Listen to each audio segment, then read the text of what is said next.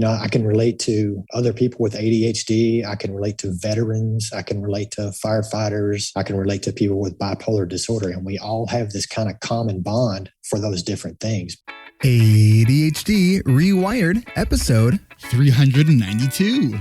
This is the podcast for those of us with really good intentions and a slightly wandering attention. I'm Eric Tivers. I'm a licensed clinical social worker by training and a coach by design. I'm your host, and I have ADHD. ADHD Rewired is more than just a podcast. We are a community. We are wired for connection, and you are not alone. Go to ADHDrewired.com to learn how you can join us in our free secret Facebook group. Get additional resources for every episode, including links to any resources we mention on today's show. You can support us on Patreon, sign up for our email newsletter. You can request podcast postcards to distribute to your clients and support groups, and you can learn all about our intensive online video-based coaching and accountability groups. You can do all of this at our website, ADHDrewired.com. We know that starting is the hardest part, so let's get started. Welcome back to another episode of ADHD Rewired. Today's guest is Jim Long. Jim has been battling ADHD since his diagnosis at the age of 10 in the early 1980s. Adding a bipolar type 2, substance abuse, and an anxiety disorder to the mix has made life interesting, to say the least. Having a robust recovery plan and a team in place is helping Jim overcome these obstacles and stay on the path to recovery. Jim's a father of 4, married to his wife, Shelly, for 30 years, an Army veteran, and a fire EMS captain. Jim, welcome to the show. Hey, thank you very much. I'm really glad to be here. I'm glad to have you here, and I'm glad we were able to actually finally hit record. We're having some audio issues at the beginning here. Right. So let's kind of jump right in. So you said you were diagnosed when you were a kid. You told me that you were the original Ritalin kid. Right on. I was the original Ritalin kid. I had to take it twice a day. My mom said during that time period, man, I was an angel, but I don't really remember it much. So quit taking it. Problems came back, got re-diagnosed. Been kind of off and on with that until recently. All right. And so, grew up with it. Then you said not that long ago, you said you kind of had a meltdown over some kind of work-related issues. Talk a little bit about that. Yeah, actually, we got dispatched to a really difficult call. It kind of started the night before. I was, kind of in a bad place anyway. My son was walking out the door and he had some of those iPhone headphones on. And I kind of barked at him. I said, his name's Brady. Brady, do not cross the street with those headphones on. It's dark. It's really dangerous. And then the very next day, a little girl about the same age as my little girl was jogging down the street, and very small, narrow shoulders. She got hit by a car at highway speed, and that was a very, very difficult call. I wasn't processing it very well at the time, and it spilled over into, my relationship with my boss at the time. He said something really kind of benign to me. And I snapped, kind of made a scene. And then the day after that, the next day, man, it was really just a cascade of issues that really led to it came to a head at a bridge with a couple of police officers that could have very easily not gone well. Mm. So then what happened? Well, I came home that morning. It was Brady's birthday. I popped off to him, said something to him that I shouldn't have said. I tried to apologize for that and clean that up. And then we went to have breakfast with his granddad, which is my wife's father. Mm-hmm. And he said something to me. I popped off to him, and I got up to kind of go put some water on my face and cool down. And then on the way home, there was a heavy accident on the highway. We got detoured, and there was a police officer just kind of giving some haphazard, unrecognizable hand signs. And he was telling me to stop. I thought he was telling me to go. So I tried to continue on through the intersection, and he barked at me, and I barked back at him. And what he had said to me when I tried to go through this intersection was, why don't you pull over? I'm going to come over there and write you some tickets for running your mouth. And man, that did not go over well with me. I was kind of hypomanic, from this incident that I'm talking to you about. And man, I exploded. I went off on this guy. He went off on me. We were two type A personalities just barking back and forth at each other. A couple times I tried to get out of the car. My wife grabbed me. My wife and daughter were in the car. They were in tears. I look behind me and there's other officers showing up as I'm kind of telling this guy what a sorry job he's doing. And luckily, I have this magic sticker on my truck. It's a firefighter sticker. So he saw that I was a firefighter. And, he tried to de-escalate it before I did.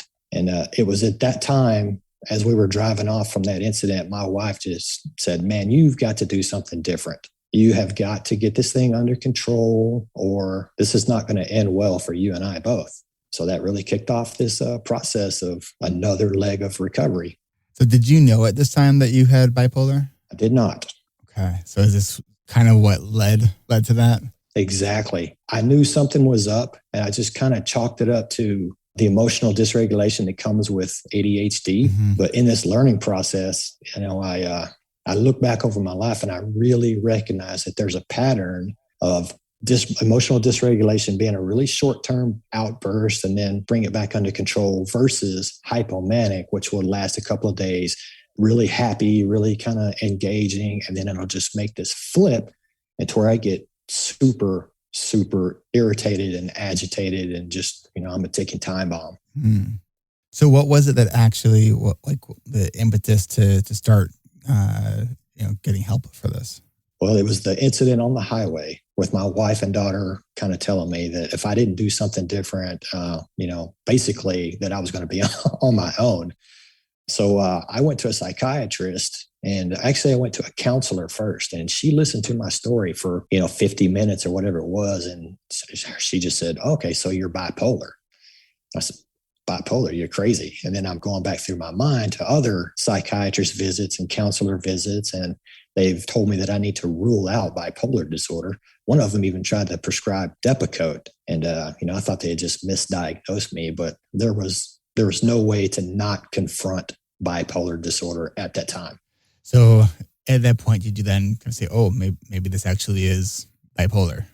I was willing to consider anything. And, after discussions, it was really clear to me that I have bipolar type 2 disorder.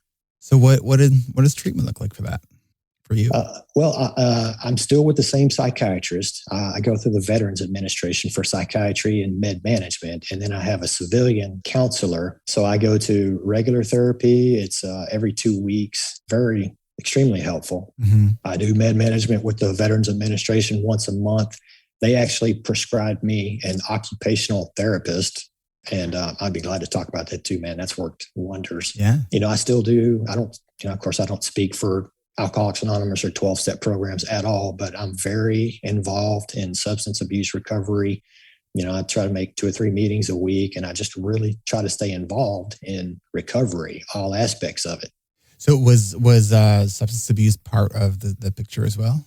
It was. I started self-medicating around 12, very young. I grew up in a small kind of blue-collar town. And my friends and I used to go around and just steal beer out of people's work truck. And, so drinking became a self-medication for me pretty early. And it really, by the time I was 15 or 16 years old, I had full-blown alcoholism. Mm-hmm. So are you sober now completely? I am 28 years in January. Wow. That's amazing. Right. It's I credit the program and the people in it for that. Well, for you, what is the part of the program that do you feel helps you the most? I feel that it's the community first and foremost. The actual working of the steps. It's a process that really kind of encourages you and enforces this idea of getting honest with yourself, cleaning up past mistakes, keeping short accounts with people and situations, and then trying at some level to get in touch with, the common term higher power, which is, man, that's changed my life. That is great. It is interesting. We look at the research behind 12-step programs. And, they say for about 5 to 8% of the people, it works great for. Right. Right. And it's what they say, like, if you work the steps and it works, right? It's like, I guess if you stick with it. But I do think that there's so much power to the idea of, like, when you're struggling in community, in a community that is being, mutually supportive of a shared goal. I see the power of that in my work. So it's great that you are continuing with that. So, but you have a whole team now, basically, because I was actually, before we hit record, I was asking if you had any interest in any kind of, like, coaching here on the podcast. And you're like, well, I really got a whole team of people that are helping me right now. And you mentioned you're a therapist, you're a psychiatrist, the 12-step, you have OT. What are you doing with OT? That's a great question. I'm glad you asked me that.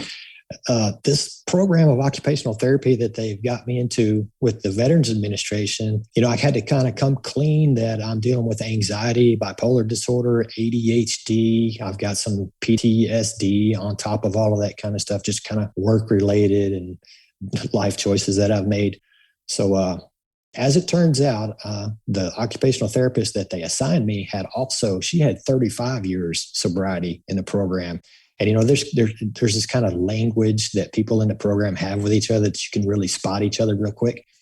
She's been helping me with meditation techniques, positive visualization. She's hooked me up with what they call an alpha wave stimulator. I'm not sure if you're familiar with that. A little bit. Do you want to talk about that? Yeah, I have a very high level understanding of it, but supposedly alpha waves stimulate the, what paramedics just kind of call the feed and breed instinct. It'll kind of parasympathetic, I believe is what it's actually called. So it'll calm you. It'll actually kind of stimulate this sense of peace and well-being and actually help you with sleep. And I'm finding that it does all of that kind of stuff too. So the alpha wave stimulator, along with the meditation and just the good conversation that goes around that kind of stuff, it's really just kind of added extra flavor to recovery, and it's good enough for me to keep going. So I would like to hear kind of what putting all of this together, as you kind of look back on kind of where you came from, what the consistency of putting this together in your road for recovery looks like. But what I do need to do first is take a quick break. And then when we come back, I kind of want to hear maybe some of the ins and outs of what recovery for you is looking like. So we will be right back. Support for this podcast comes from ARC. That's ADHD reWired Coaching. Our coaching community is growing. As we get closer to wrapping up our summer season of coaching groups, fall season of the ADHD reWired Coaching and Accountability Groups is just around the corner. Fall sessions begin October 6th. Now, if you missed our registration event last Thursday, but are still itching to get your ADHD rewired this fall, then I have good news for you. There are still 8 spots left in Coach Roxy Martin's 9 a.m. group and 8 spots left in my 12:30 p.m. group. Those are both Pacific time. Moira's 6 a.m. and my 10 a.m. Pacific time groups are both full. Go to coachingrewired.com and click on the big orange button to receive instructions on how you can register for our 26th season of award-winning online coaching and accountability groups. Registration is by invitation only. So if you want to join the fall season of the ADHD rewired coaching and accountability groups, the time to take action is now. Don't wait. Go to coachingrewired.com and click on the orange button for fall coaching to get instructions sent to your email on how you can get registered for our next event. And if you did sign up but didn't get your invitation, triple check your spam folder to make sure you have not missed any updates from us. If you're new to ADHD Rewired and you are wondering what these coaching groups are all about, then I'm glad you're tuning in here. Here are just a few of the voices that listeners just like you shared with us after being a part of our coaching groups. I think I was afraid at first. Especially with the opening, I was like, oh no, this sounds really scary. And I knew I just needed something more. I joined this group because I am a graduate student and I was having trouble getting anything done. I came into group a really tough cookie. I think I was skeptical and cynical and did not believe in things like you can do hard things.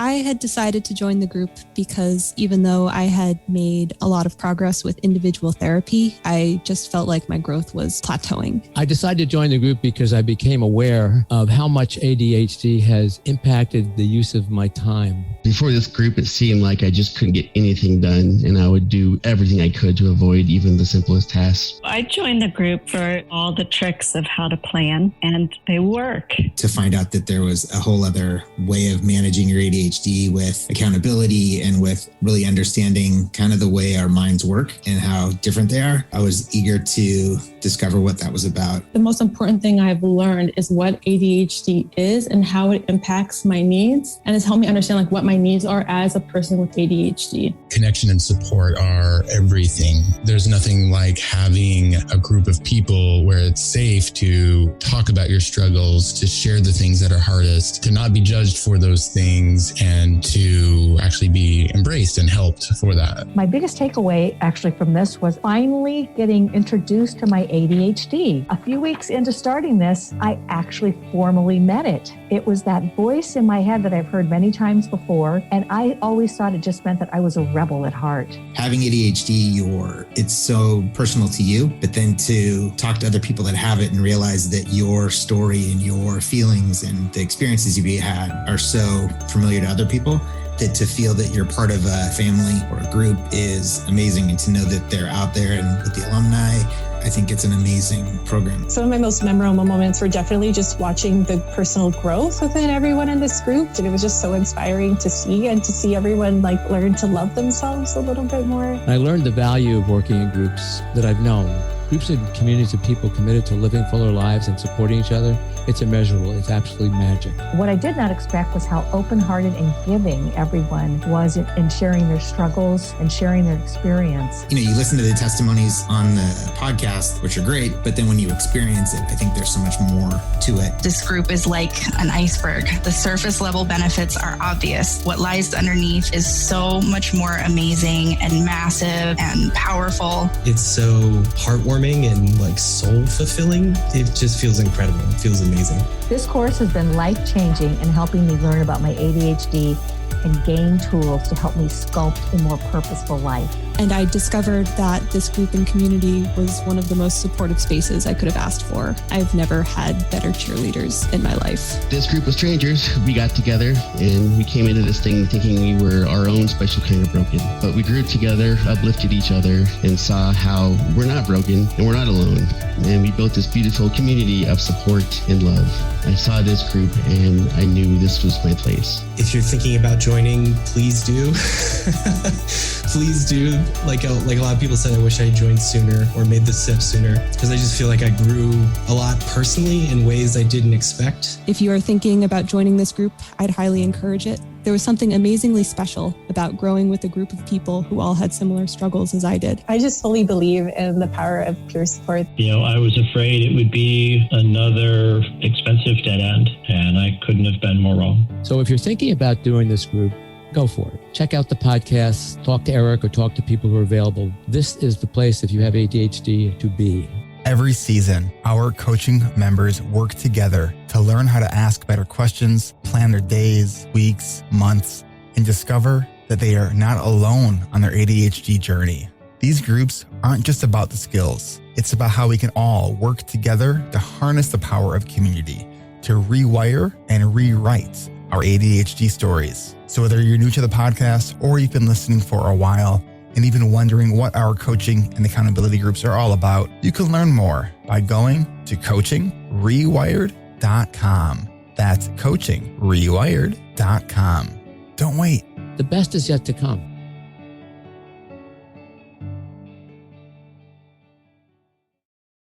All of us here at the ADHD Rewired Podcast Network want to invite you to our next live Q&A next Tuesday, September 14th at 12:30 p.m. Central. You can join me and all the other podcasters here on the ADHD Rewired Podcast Network. If you are new to this podcast, welcome. Go to ADHDrewired.com/podcast network to see all of our other podcasts for tips, strategies, and really satisfying dad jokes in 20 minutes or less. Check out Hacking Your ADHD with Will Curb. If you are a parent with ADHD or have an ADHD household, ADHD Essentials with Brendan Mahan is a great resource for parents and educators. For a personal audio journal sharing her ADHD experiences as an Asian Canadian, check out our ADHD Diversified podcast with MJ Siemens. And if you're a late diagnosed woman who is curious about how hormones affect your ADHD, then check out the ADHD Friendly Lifestyle with ADHD reWired coach Moira Maven.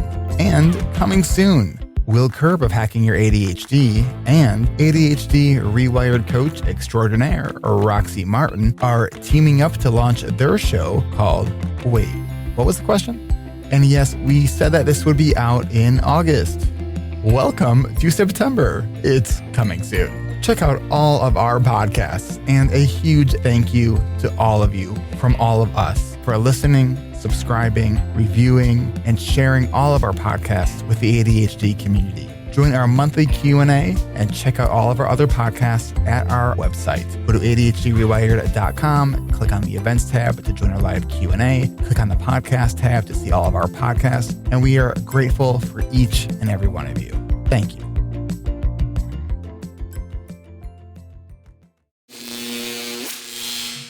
All right, we are back. So Jim, how long ago was it when you were on the bridge and mouthing off to this police officer? It was about 7 years ago. And so it was shortly after that when you actually started your recovery. Right. You know, as I said, I had already been in recovery for alcoholism. So, I had a good understanding of what that looks like. So I really had to kind of back off and try to explore some new ideas about what bipolar recovery, ADHD recovery looked like, right? So I was really getting some new ideas about you kind of say it, overused word, I guess, but unmanageability of a brain disorder. There's really nothing that I can do to stop myself from having these ups and downs. It's a condition that I was born with, and it's a condition that, it's got an answer to it. It doesn't have a solution to it, but the answer is regular medication, regular psychiatry, regular therapy. And, in my case, just a real willingness to get honest and have some accountability. What does that look like for you, the accountability? My wife she's a black belt Al-Anon. She also works the program. And I had to kind of get honest with her too. And I tell her all the time, hey, Shelly, when you see me starting to run a little bit hot, you need to tell me, because I don't know. What it feels like to me is I feel better. And I feel like I'm popping. I got an answer for everything. I got a quick joke. But we both know that not long after that, it's going to turn into that irritability. And I'm the one that has to pay the cost for that, along with my entire family and network. She's real good about keeping an eye on me and keeping me honest. So when she sort of gives you that feedback and catches this kind of early, what do you do differently? Like, how does that help you? Well, I have to double down on counseling. Okay. I hear that this is a pretty common thing too, and I know it's true for me, that when I start feeling really good, I want to keep that going. So it's not uncommon for me to, quote unquote, lose my medication, forget to take my medication, and that's so tough, because that can be true both in situations with ADHD, but then it sounds like what you're referring to though is more like these sort of like days that sort of stack on each other and sort of a little bit longer of a period. Because I know if a little bit of something feels good, more is going to feel better than, right? It is. It's like riding the lightning. Things get so good. I don't need any sleep. Like I said, I've got a quick-witted answer for everything. I'm getting to be an old man. I've made some poor life decisions for careers and stuff. So I've got a lot of pain in my joints, and it takes me a couple steps to stand up straight with my back, but all that goes away. My hair looks better. The wrinkles go away. I can do anything. I like to do jujitsu too. I've done jujitsu for a couple of years, man. I can spar all day. It's awesome.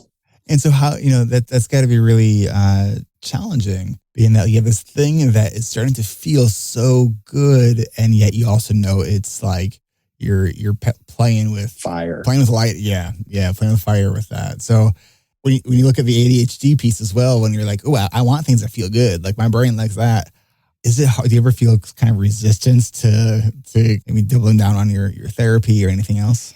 Well, honestly, I've never had an episode of acute ADHD or hyper focus or anything like that that's really driven me to slap cops around, which I've done in the past. I've never had an ADHD episode that's, caused me to cuss out my father-in-law or whatever it was that I was doing. When I get an ADHD episode, I lock in on something, I forget things. It costs me that way. Like what you say on your podcast is paying the ADHD tax. Yeah. I can't tell you how many times I've had to cancel credit cards and go look for my wallet, forget all the time. I was really afraid I was going to forget my entire life story coming on this podcast, but it's kind of coming back to me now. You're doing great so far. So what do you think, because we've had a couple people on the podcast in the past who do have both ADHD and bipolar disorder together. And, everyone's story is a little bit different. But what do you think is, at least for you, some of the things that have maybe helped you sort of make sense of this so you can really focus on that recovery? Yeah, that's a good question. Most of the people, first off, I really set about trying to find people that I can really relate to. I can relate to other people with ADHD. I can relate to veterans. I can relate to firefighters. I can relate to people with bipolar disorder. And we all have this kind of common bond for those different things. But people that specifically have ADHD and bipolar are uniquely qualified to connect with. And we don't have exactly the same story, but there's high-level concepts that we can all agree with.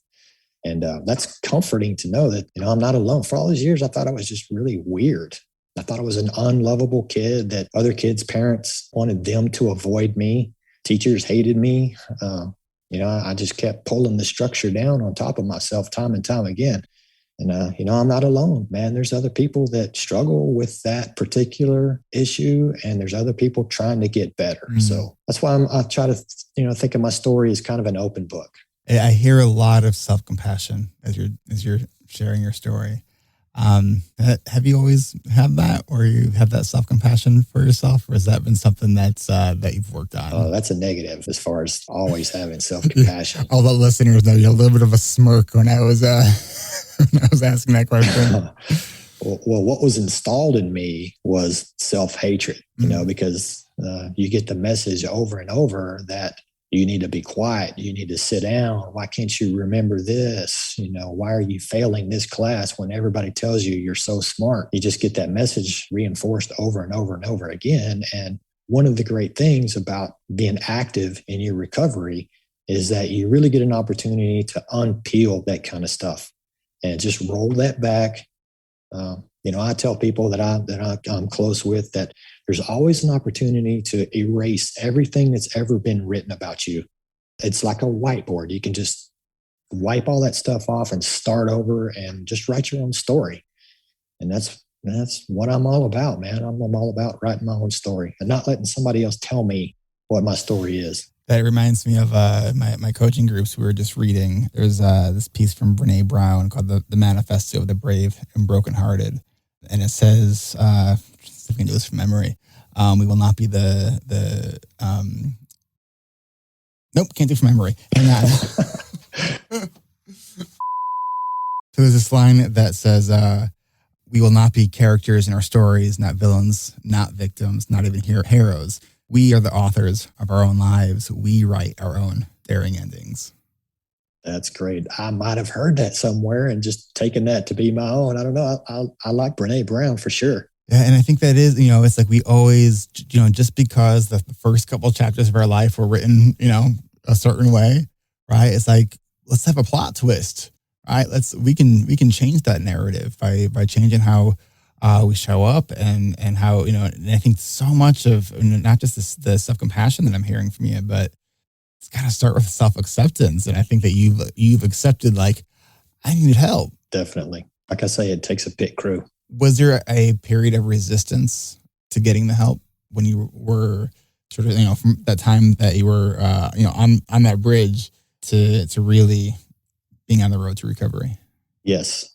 And it really started well before that because, I came up like I said, in a kind of a workman's town with, a lot of my dad and my stepdad were both kind of outdoorsy, manly man types. And I had this thing kind of instilled in me that, you got to man up. You got to get in the game and you got to take care of business or for whatever that means. You can't. And the idea of, being vulnerable, being willing to take help, being willing to be introspective and that kind of stuff was just kind of sissy stuff. That's the word that comes to mind. Yeah. And, that's hard to overcome. And how is that now? What's the relationship with him now? Well, I was a lot to manage as a kid. My mom and dad got married. One was 19, one was 20. And I have my youngest daughter now is 22.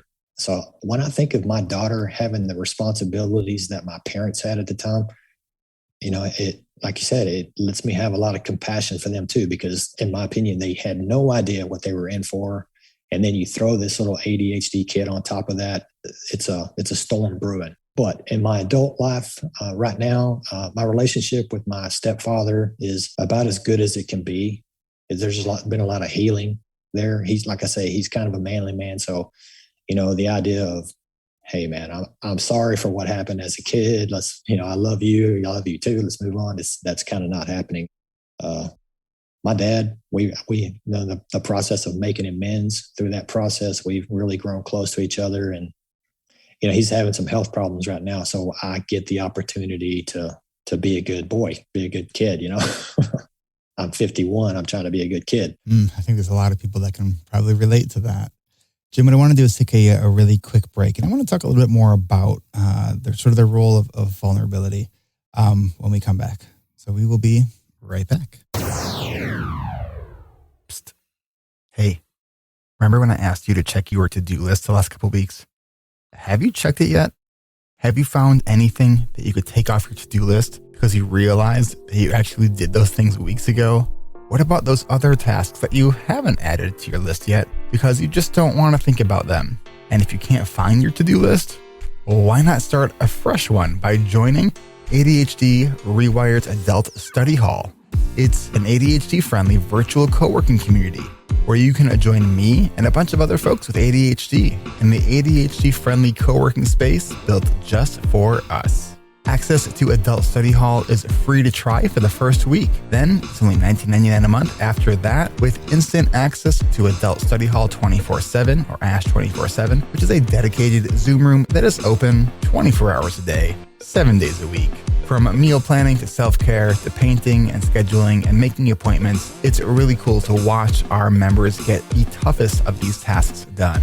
But if you want even more structure and need an extra push to get started, your membership also includes access to our ASH Plus sessions, which are our themed and guided sessions for things like those dreaded tasks, job searches, writing, and cleaning. On Sundays, get your decluttering done with our clean and decluttering sessions. It's way more fun to tidy up when you're not alone. Then, on Mondays at 4 p.m. Central, join Barb from ADHD reWired, who hosts a Write With Me session to help you overcome your writer's blocks. Do you need some motivation to add some movement to your routine? Get your body moving by joining a workout session at 10 a.m. Central on Tuesdays and Thursdays. Also, on Thursdays are our Task Buster sessions, where you can focus on one or two of your most dreaded tasks so you can finally cross them off your list. And while we took the last week off, starting up again soon is our Career Accelerator sessions, which are totally worth the membership, especially if you are looking for a job. You'll be able to work directly with an HR specialist for those job searches, getting your resumes done, writing cover letters, and anything else career related. Our ASH Plus sessions and ASH 24/7 are all part of your Adult Study Hall membership for only $19.99 a month. Did I mention you can try the first week free? We can't wait to work with you. Go to adultstudyhall.com. That's adultstudyhall.com. Support for ADHD reWired comes from our patrons over at ADHDrewired.com/patrons. Patreon. I want to give a special thank you this week to our new patrons, Clyde P., Felicity K., Quinn S., Jim B., and Brendan M. They all became patrons this month, and so can you. Thank you so much for your support. Support for this show could start at any amount, with perks for our patrons starting at just $5 a month, where you can get ad-free episodes of this show right into your favorite podcast player. Imagine listening to this episode right now without having to listen to this ad. You can at just $5 a month. Then at $25 a month, you can join me for an hour-long group coaching call that we do on the fourth Tuesday of every month. Our next patron-only group coaching call is on Tuesday, September 28th at 3 p.m. Central. That's 1 p.m. Pacific and 4 p.m. Eastern. If you're a patron giving at $25 a month, don't forget to put this on your calendar. We'd really like to see you there. Many of our patrons give simply because they believe in the work that we are doing. And to those of you who are doing that, thank you so much. Support starts at any amount. And I am so grateful for all of our patrons at every level. Your support has helped me grow my team and has helped us over ADHD Rewired grow and reach many more people with ADHD. And our hope is that when listeners like you tune into our podcast, that they don't feel so alone. Truly, all of your support is very much appreciated. And thank you so much for helping us reach people with ADHD everywhere. Join our Patreon community. Perks start at $5 a month for ad-free episodes, or $25 a month gets you a seat at our monthly coaching calls, and $10 a month not only gets you ad-free episodes, but you can also get on that same private patron-only podcast feed the audio recordings of those monthly coaching calls for our patrons. If you love this show and you want to show support for what we are doing and you're able to do so financially, head on over to ADHDrewired.com and click on that Patreon tab at the top of the page to become a patron. That's ADHDrewired.com. Click on the Patreon tab or just go to ADHDrewired.com/Patreon. And thanks so much.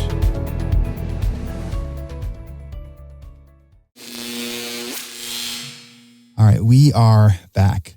Jim, when you were talking about this relationship you had with your father figures, and you said something about like, oh, this kind of asking for help, this kind of sissy stuff was the word that you used. You know, it's kind of, you know, sometimes I try to take perspective of the privileges that I have and the just the, you know, the worldview that just my upbringing and my life choices have sort of given me. And I was thinking of like people who may, you know, who listen to this podcast and are into kind of the self-help kind of stuff, and maybe live in an environment similar to what you were kind of describing, where it's maybe more kind of blue collar, or you know feelings or weakness. How, and I know you're just speaking from your own personal experience, but what do you think would help for anyone who is sort of maybe in that kind of environment, who really needs help and is struggling? What do you think can help kind of break that wall, where you can still, you know, hopefully maintain some positive relationships with those people in your life when sort of the ethos of, you know, vulnerability and asking for help is just like, that's not what we do here. Right. Again, you know, I only have my experience on that.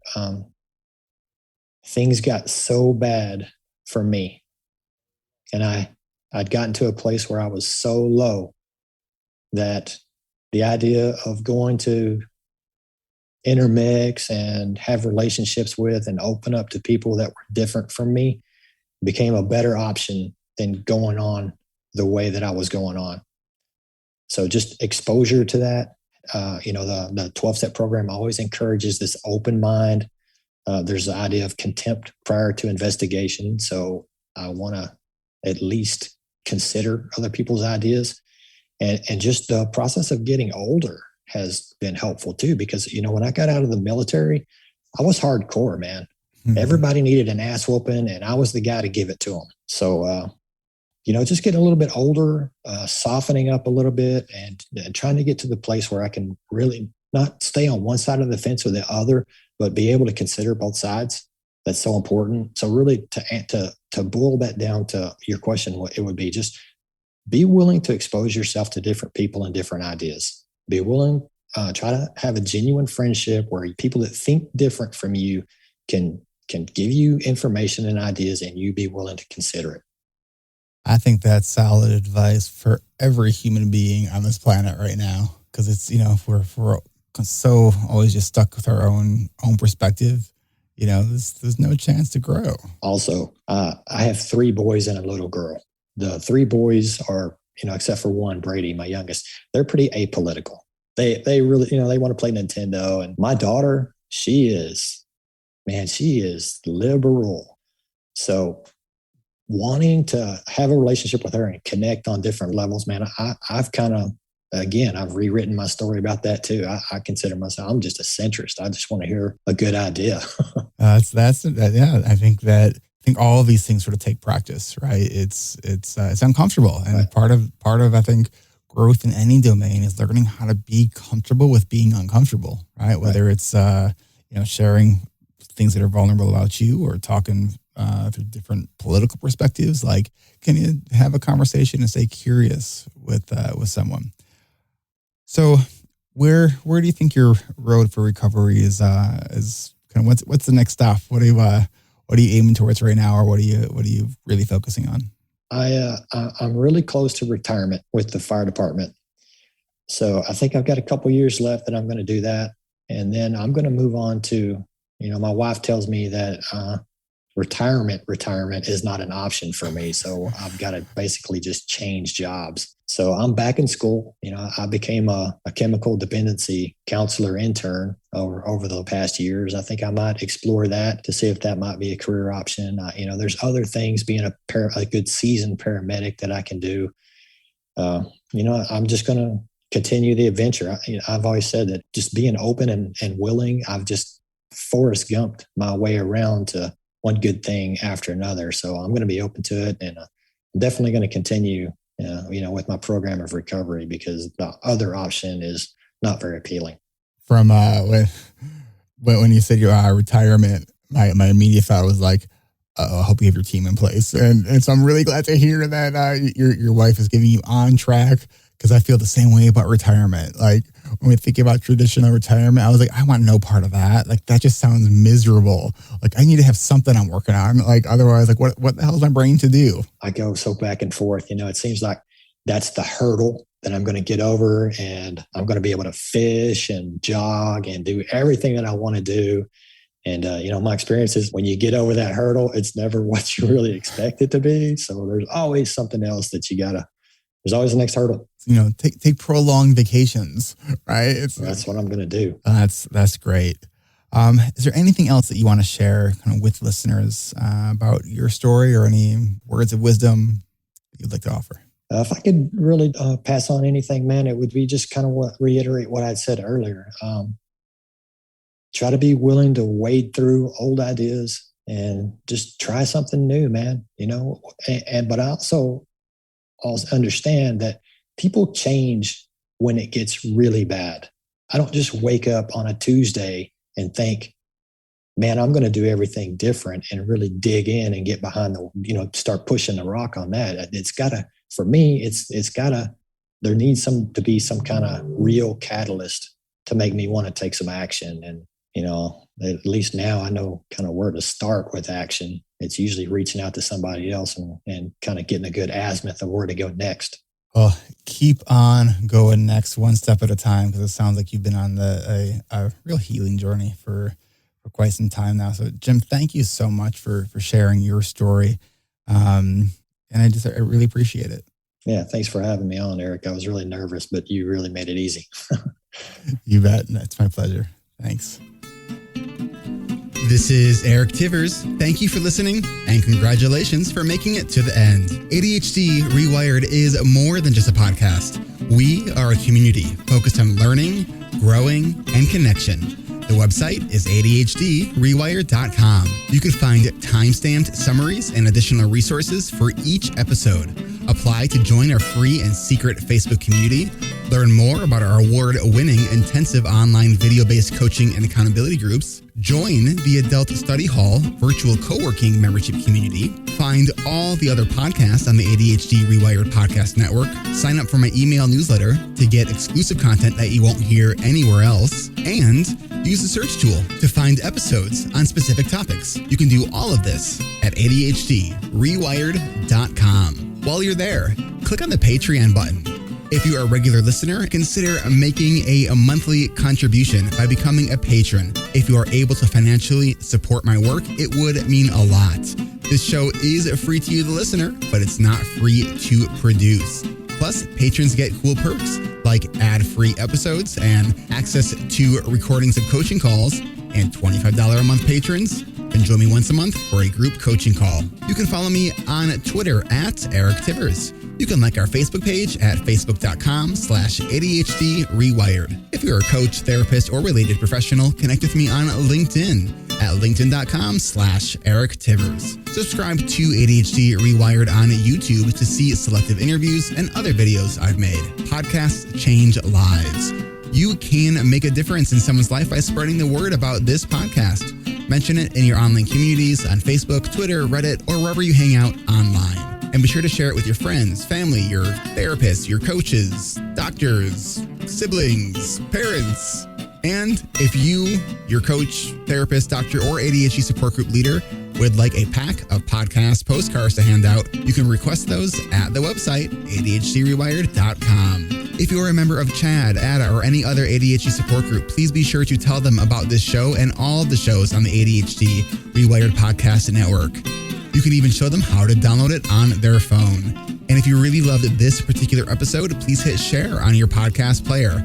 I'm only one person, and I do count on you to help spread this message. One of the biggest things that you can do to support this podcast and help other people discover it is to leave an honest rating and review on Apple Podcasts or any other app that supports reviews. And don't forget to hit subscribe so new episodes are automatically pushed to your favorite podcast app. Looking for more ways to listen and learn? Get a free audiobook and a 30-day free trial at Audible by going to audibletrial.com/ADHD Rewired. Here is my list of must-listen-to audiobooks updated July 2021. Nonviolent Communication by Marshall Rosenberg. Attached by Amir Levin and Rachel Heller. Atomic Habits by James Clear. The 5 Dysfunctions of a Team by Patrick Lencioni. Crucial Conversations by Carrie Patterson. The Coaching Habit by Michael Stainer. The Body Keeps Score by Bessel van der Kolk. Rest by Alex Sujong Kim Pang. The 5-Second Rule by Mel Robbins. Make It Stick. The Science of Successful Learning by Peter Brown. The Productivity Project by Chris Bailey. Meditation for Fidgety Skeptics by Dan Harris. Change Your Questions, Change Your Life by Marilee G. Adams. I always recommend to my coaches and admin that they read that book. The One Thing by Gary Keller, a required reading for all of our coaching group members. Procrastinate on Purpose by Rory Baden. The 4 Tendencies by Gretchen Rubin. The Art of Asking by Amanda Palmer. And if you're looking for something a little bit more magical, I have fallen in love with the Harry Potter series, and the narrator, Jim Dale, is amazing. And of course, if you haven't yet boarded the Brene Brown bus, all of her stuff is great, starting with Gifts of Imperfection, Daring Greatly, Rising Strong, and The Power of Vulnerability. And if you're an entrepreneur or leader, be sure to check out her book, Dare to Lead. Do you have something that you would like to share? Click on the podcast tab at ADHD Rewired. Click the button to be a guest at the top of the page and schedule a 15-minute interview. This is Eric Tivers, reminding you to keep learning, growing, and connecting. Self-care is not selfish. No matter what you get done or don't get done, you are still enough. And no matter how hard it feels, we can do hard things. And we don't need to do them in the hardest way possible. Thanks for listening. I'll catch you next week.